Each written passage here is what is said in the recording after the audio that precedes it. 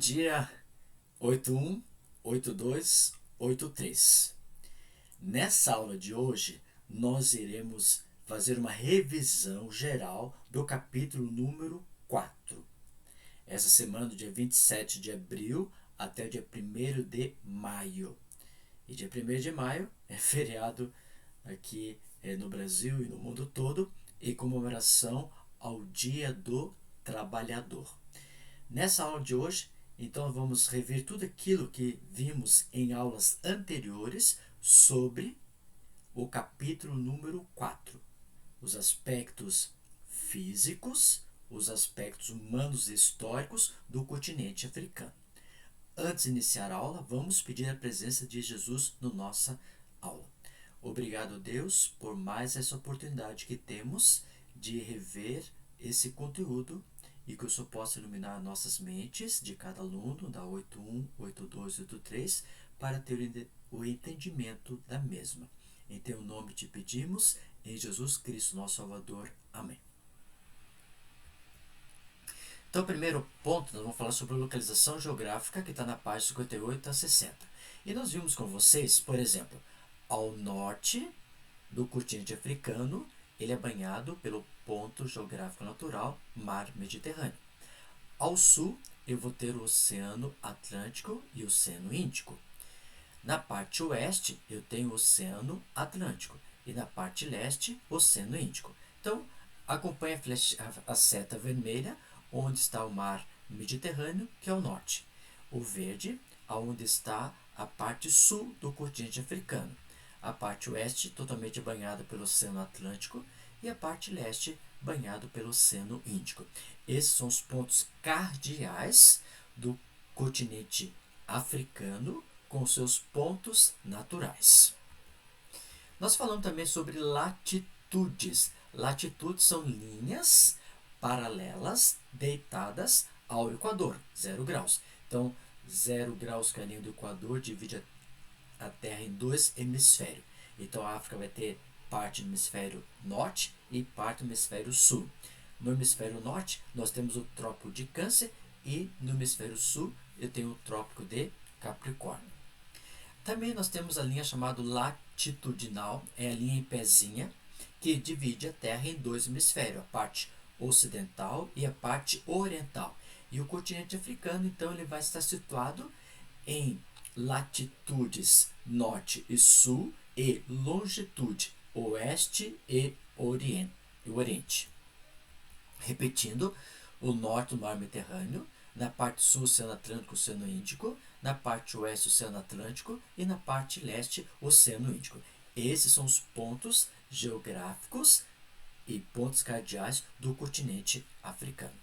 E aí eu pedi para vocês fazerem essa atividade lá da página 59, que era vocês no mapa, da página 59, esse mapa aqui, vocês deveriam marcar os pontos cardeais norte, sul, leste, oeste, os pontos naturais geográficos, as linhas latitudinais, longitudinais e circular-se 10 países.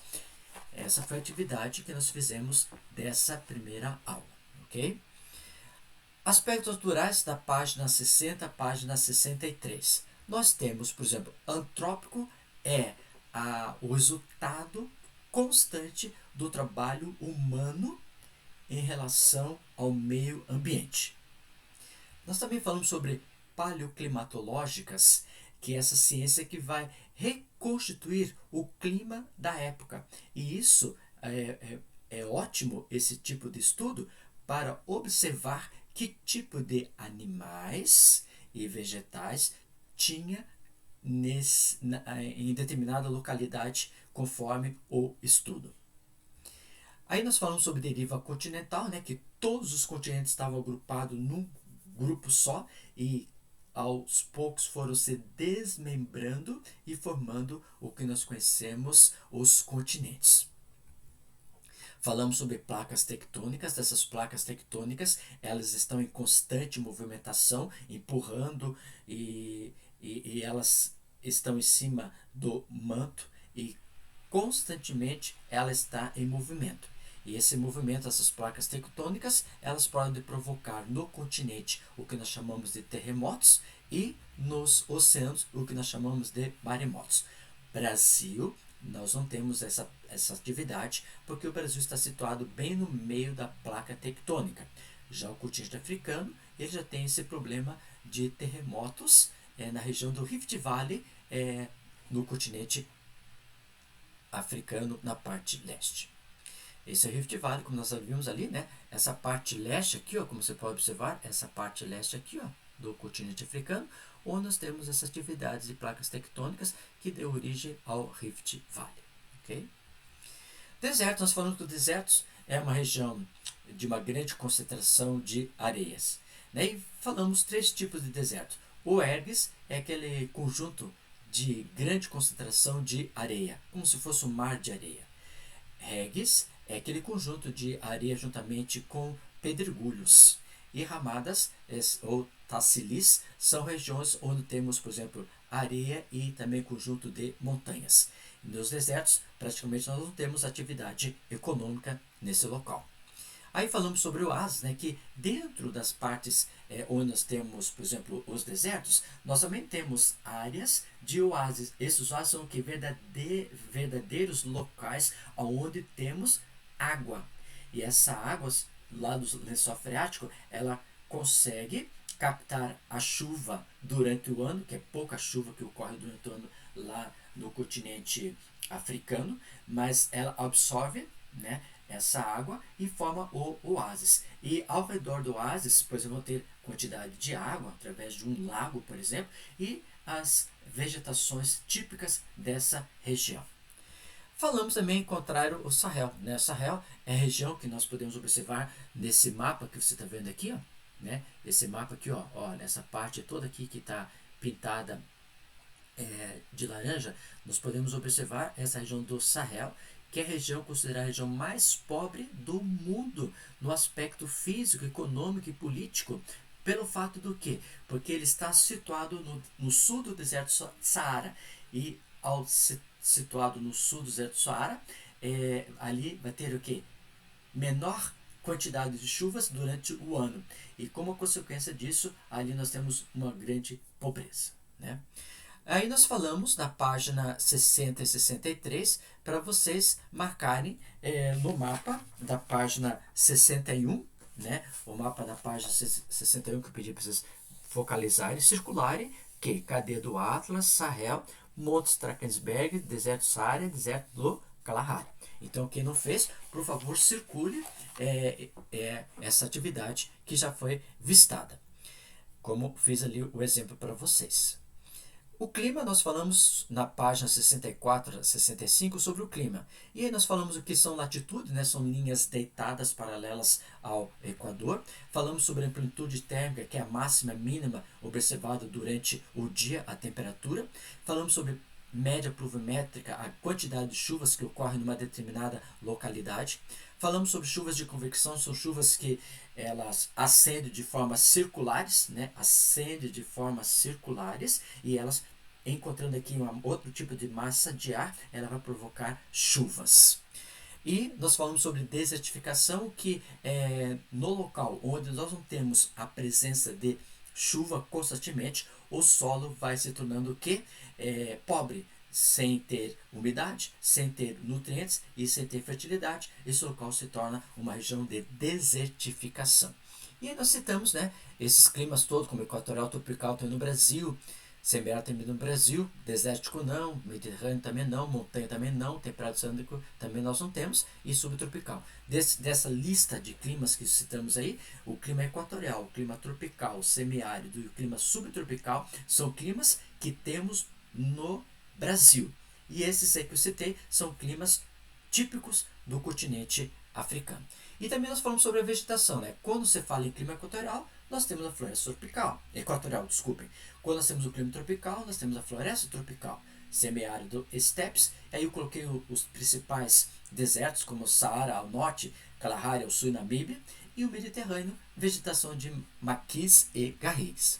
E falamos sobre os principais animais que nós temos na savana africana, já que nessa região nós temos uma grande concentração de chuvas. E aí nessa grande concentração de chuva nós temos uma vegetação rica, e aí nós temos esse conjunto de animais como elefante, girafa, leão, girafa e etc., que são animais típicos da savana africana.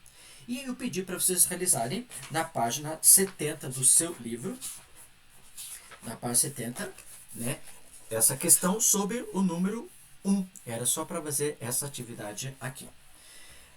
Aí falamos na página 65 a 67 sobre hidrografia. E falamos que a maior parte dos rios do continente africano são de formação de planaltos e são rios temporários. Conforme a presença de chuvas, vai ter água o ano todo. Se não tem chuvas, então esse rio vai ser o quê? Chamado temporário, já diz o nome. Só tem água no rio quando tem presença de chuvas. Aí falamos dos principais exemplos de rios, né? O rio Nilo, por exemplo, e as formações de grandes lagos.